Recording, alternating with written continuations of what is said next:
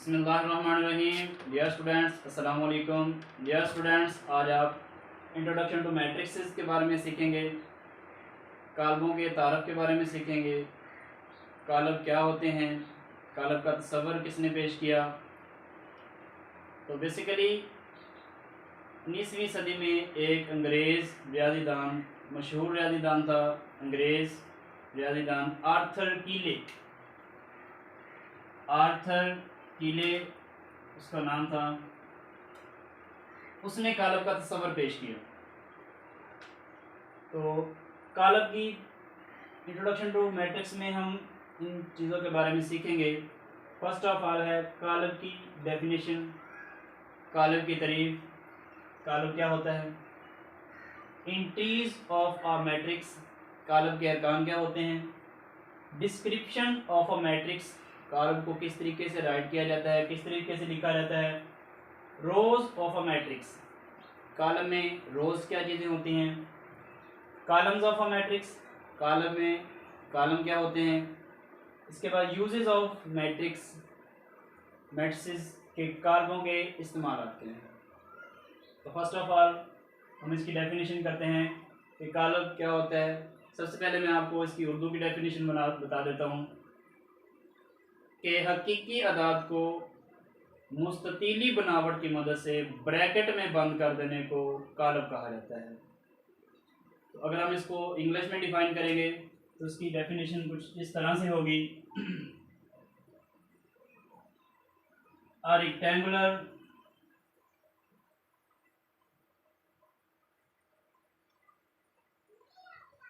array of real numbers enclosed by square brackets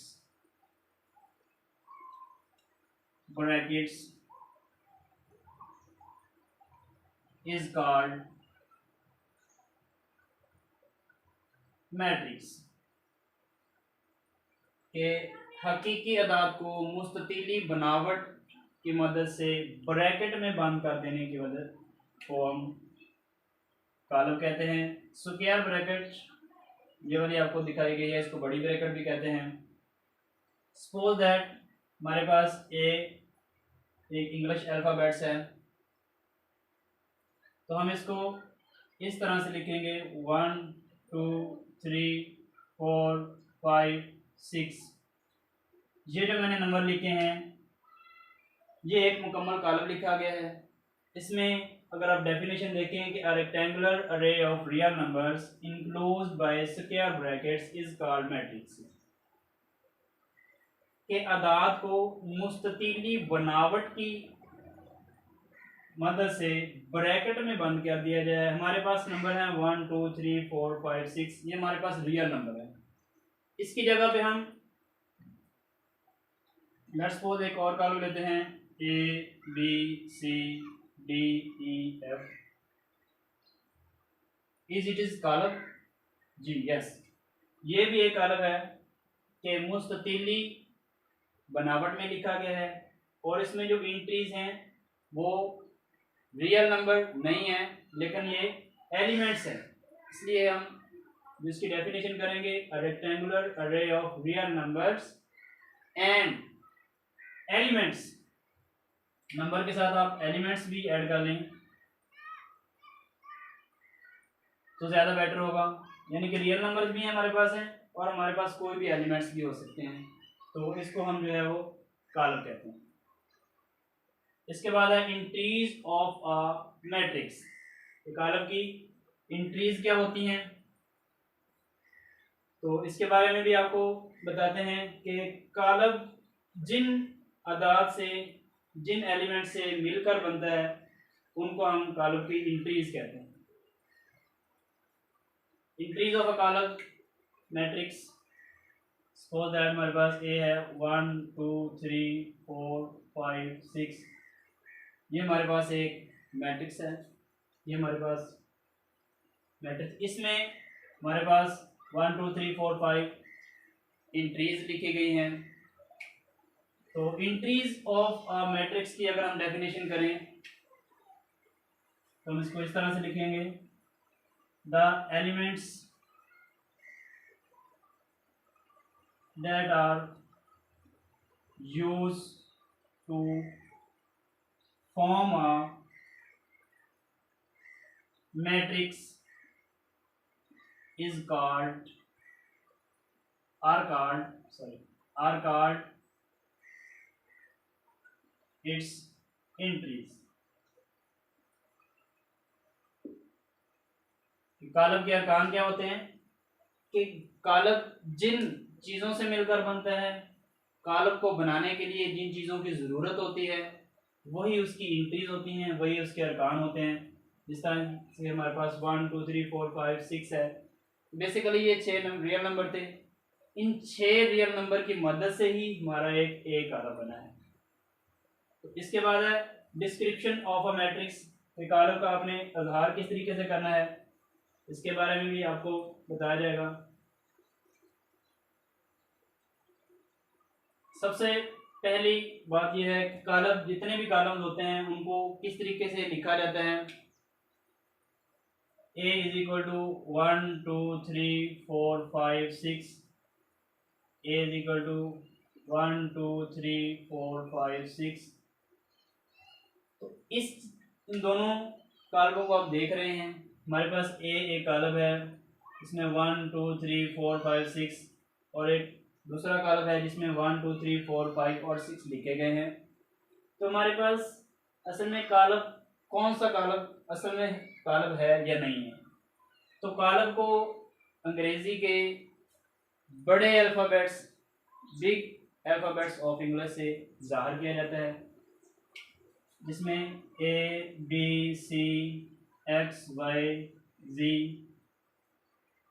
यानी कि column को जब हमने ज़ाहिर करना है, लिखना है, तो अंग्रेजी के बड़े हरूफ लिखे जाएंगे तब ये कॉलम होगा, अदरवाइज ये कॉलम नहीं होगा।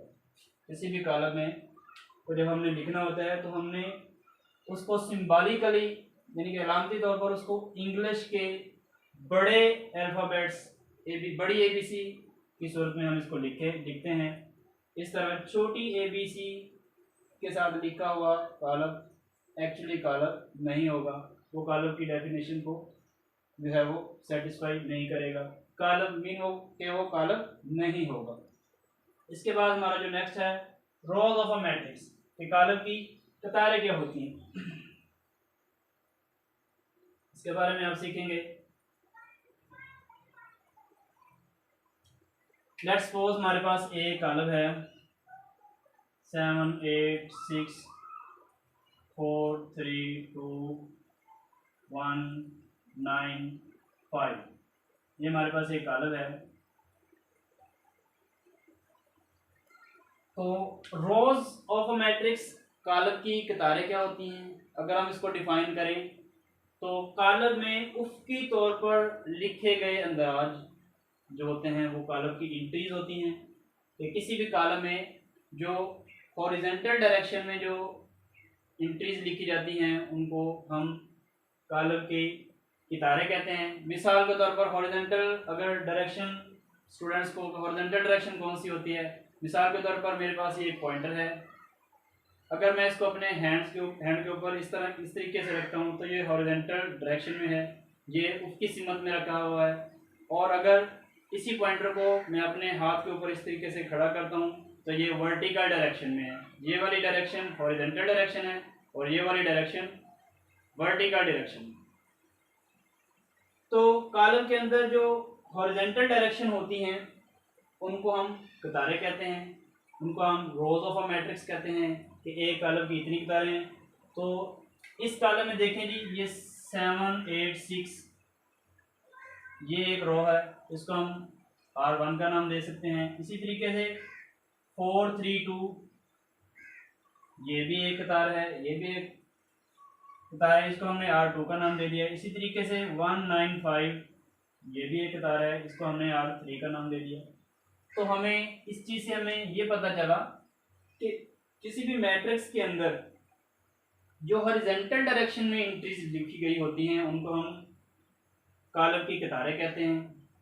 इसके बाद जो हमारा नेक्स्ट आर्टिकल है वो है कॉलम्स ऑफ अ मैट्रिक्स, कि कॉलम क्या होते हैं, इसके बारे में भी आपको बताते हैं कि किसी भी कॉलम में जो कॉलम है वो हमेशा से वर्टिकल डायरेक्शन में लिखे जाते हैं। 1 2 3 4 5 6 7 8 9।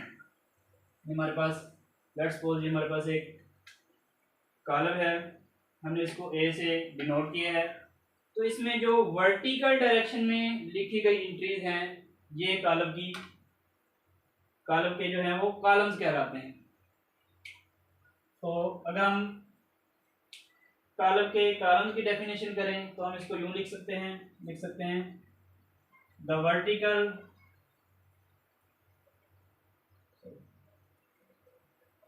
Vertical entries of a matrix are called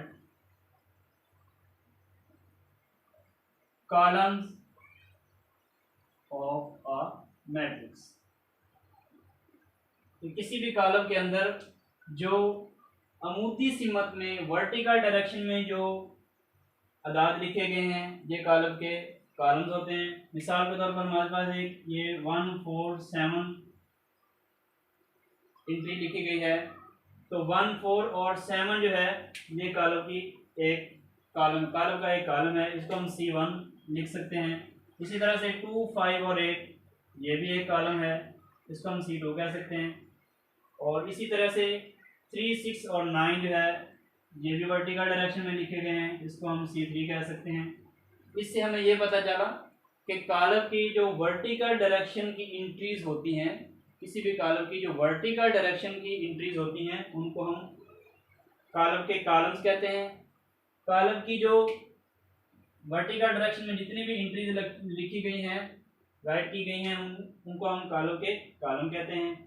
तो किसी भी कॉलम के अंदर बेसिकली कतारें भी होती हैं, कॉलम भी होते हैं। और एक चीज़ और स्टूडेंट्स को मैं बताना चाहता हूँ कि ये तो 2 2 3 3 की एग्जांपल दी गई है। मिसाल के तौर पर हमारे पास एक ऐसा अदद लिखा गया है जिसमें सिर्फ 5 लिखा गया है, तो क्या ये कॉलम होगा? यस, ये 5 जो है ये एक रियल नंबर है, इसको ब्रैकेट में बंद कर दिया गया है, इसको कैपिटल लेटर से भी ज़ाहिर कर दिया गया है, तो ये एक जो है वो मैट्रिक्स होगा। और इसका जो है इसमें एक ही कतार है और एक ही इसमें कॉलम है, तो ये भी एक मैट्रिक्स होगा। इसके बाद लास्ट में है कि कॉलमों के इस्तेमालात, कि कॉलम जो है वो कहाँ पे इस्तेमालात होते हैं, कॉलमों के इस्तेमालात कहाँ पे हैं। तो बेसिकली जो कॉलम है इसके बेशुमार इस्तेमालात हैं।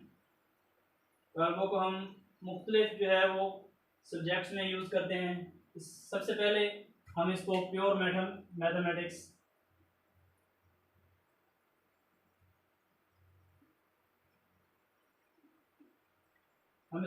मैथमेटिक्स में यूज़ करते हैं। हम इसको इंजीनियरिंग में भी यूज़ कर सकते हैं। हम इसको स्टैटिक्स में यूज़ कर सकते हैं। हम इसको सोशल साइंसेस में भी यूज़ कर सकते हैं। ये इसके बेसिकली इस्तेमालात हैं। इसके अलावा भी इसके इस्तेमालात हैं बेशुमार जो है। तो इस तरीके से प्योर मैथमेटिक्स में इसका इस्तेमाल है, इंजीनियरिंग में इसका इस्तेमाल है, स्टैटिक्स में इसका इस्तेमाल है, सोशल साइंसेज में भी इसका इस्तेमाल है। तो आज का जो हमारा टॉपिक था वो था इंट्रोडक्शन टू मैट्रिक्स। या आपने मैट्रिक्स के बारे में सीखा, मैट्रिक्स क्या होते हैं, कॉलम क्या होते हैं, उसकी तारीफ देखी। इसके बाद आपने entries of a matrix, column के जो हैं अंदराज या कॉलम के जो अरकान होते हैं वो देखें। इसके बाद डिस्क्रिप्शन ऑफ अ मैट्रिक्स के कॉलम को किस तरीके से ज़ाहिर किया जाता है इसके बारे में आपने सीखा। रोज ऑफ अ मैट्रिक्स के कॉलम की कतारें क्या होती हैं आपने इसके बारे में सीखा। कॉलम्स ऑफ अ मैट्रिक्स ये भी आपने सीखा और इसके यूजेस क्या हैं। तो डियर स्टूडेंट्स, आप आखिर में आपसे एक छोटी सी रिक्वेस्ट है कि अगर आप हमारे इस चैनल पर नए हैं तो प्लीज़ हमारे इस चैनल को सब्सक्राइब कर दें, बेल आइकन को प्रेस कर दें ताकि हर नए आने वाले वीडियो से आप मुकम्मल तौर पर मुस्तफ़ीद हो सकें। जज़ाकल्लाह।